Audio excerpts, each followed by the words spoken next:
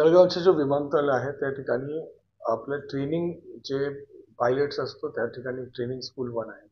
आज दुपारी सुमारे 1:45 ज्यावेळी एक ट्रेनी पायलट आणि त्यांचे जे इन्स्ट्रक्टर आहे ते ट्रेनी विमानाला घेऊन ते जात होते. तिथे रनवेवर ते त्यांचा जो विमान आहे ते स्किड झालं.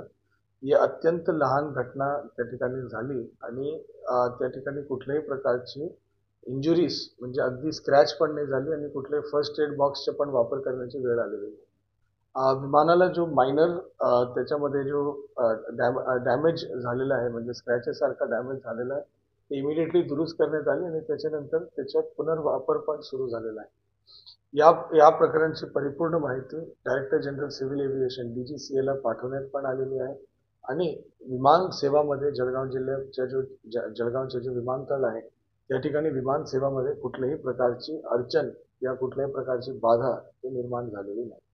कुठल्याही प्रकारची मायनर इंजुरीज पण झालेली नाही. सगळेजण सेफ आहे आणि कुठल्याही प्रकारची अफवा या संदर्भात अजिबात पसरू नका ही माझी आपल्याला विनंती.